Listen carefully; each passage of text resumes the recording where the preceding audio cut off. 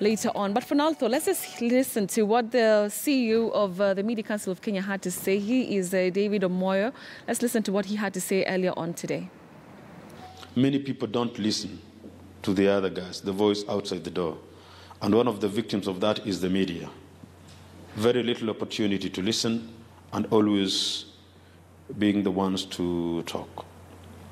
If you have the sacred role of setting the agenda, that listening to what people think and perceive you to be is critically important. And that is why, over time, excuse me, in that self-enclosure and all that, you find that then as you talk continuously about press freedom, we get a lot of questions about then professionalism and all that, because not allowing peer review and people at a certain level to question and criticize us. I have to congratulate the Editors Guild for that, the plan to walk around and listen to people, because over time, by furiously defending press freedom, we dropped our standards. And we have always said that in a few years, unless we do a turnaround, the journalism profession in this country will be taken over by quacks completely. I know we have academia represented. All right, so I want us also to bring in my colleague Mark Namaso. He was covering that particular press briefing by the Media Council of Kenya. I understand that he's not ready to speak to us, but he will be in a few seconds. But even as we wait for that also, Thuku, coming back to you and coming back to our conversation. So, of course, we've seen, and there's a report here by the reporters, let me just get that. There's a report here by the Reporters Without Borders that have come out to say that there is growing animosity towards journalists. Yeah. Do you think so? Do you think that there indeed is growing animosity? And from who? Apart from the government? I highly think so. Number one is the government, for obvious reasons. We've seen what is happening around. Number two is actually politicians and their supporters who are not in the government. Remember what happened to some of our colleagues at the Wiper headquarters or something? Yes. They were attacked because their media stations were like thought seemingly. To be, because those were their thoughts, like to be favoring a certain political divide. So you see now that one now brings a new area of attack, whereby the very people who give us a very good rating on the trust that they have on us, they come back and start attacking us. And you see, this is what we say at AfricaLive.tv. Journalists are the best friends of the people. Why? Because when we bring in the people's stories, the stories that concern the people, we remove that gap that is in between us with the people, because you know maybe at some point you may experience some gaps between you and the people. Right. But we are supposed to be, and we are always striving to be the best friends to the people that we are communicating to. But again, remember what happens with some private developers around the country, where journalists are going to cover stories of like land that is grabbed and all that. Some big industries who are like contravening people's rights by taking their lands or their access areas and all that. What happens to our guys? You get your herds like broken, you get your cameras spoiled. And that now brings, like I said, a new area whereby attacks are increasing by day. Because if we have a lot of buffer zone on the side of the people who we love and respect and want to create a relationship with, and the government as well, who, again, like I said, who is watching our back? Who's watching our backs? Yeah, we are left in a very bad place. All right. And I want us to cross over again to Mark Namaso, my colleague. He's now ready to speak to us. Mark, what can you tell us have been the biggest highlights of that press briefing by the Media Council of Kenya? And we understand that there was that report that was being released. What can you tell us about it if you've been able to peruse through it? Now, looking at the report, we have some of the first insights into what members of the public or our audiences perceived the media shutdown late last year. And we also have a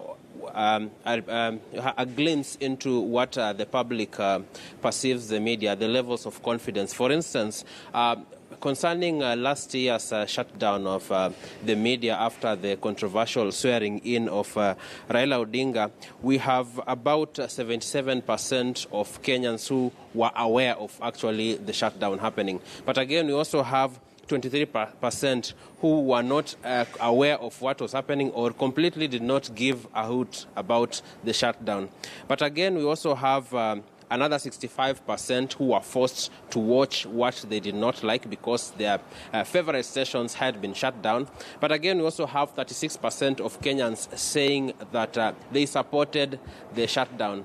Now, looking at the perceptions or the confidence of members of the audience in the media in the past 4 years, starting from 2015 all the way to 2018, the levels of confidence danced between 46% and 44%. For instance, in 2015, the confidence of the public in the media was 46%, dropping to 37% in 2016, then picking up in 2017 to 48%, and then dropping slightly to 44% by March 2018 when this survey was done. But again, looking at those ones, the Kenyans that say they do not have any confidence in media, we have seen that rise come all the way from 4% to 10% in March this year. For instance, in 2015, Kenyans who felt they had zero confidence in the media were at 4%. That figure remained the same in 2016 and 2017,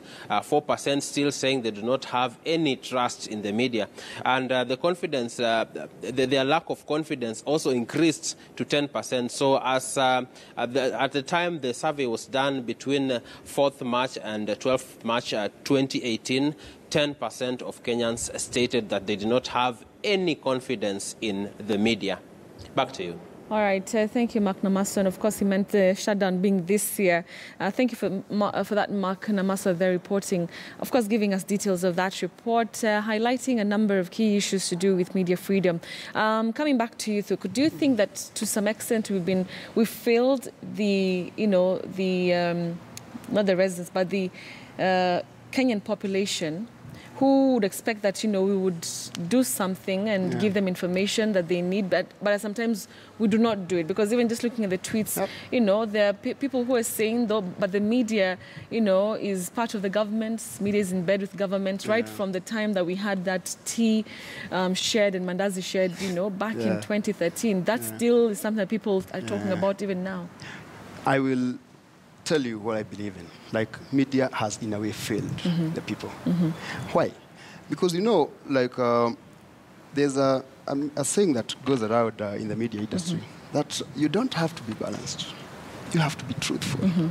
Tell the people what is happening. And because I think we've touched a bit on that. If you don't tell them on KTN News what is happening, they will go to social media and create some illusions which were not even supposed to be. So I think in a way, yes, we've failed the people. And again, maybe we should also tell the people we are sorry for failing them.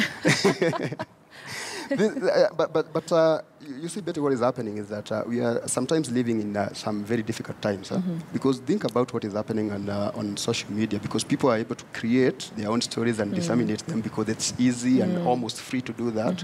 And sometimes we are left to actually play second to social media. Right. But that is in the absence of truth, that is the absence of information. That's the thing. But you see now what you're supposed to do.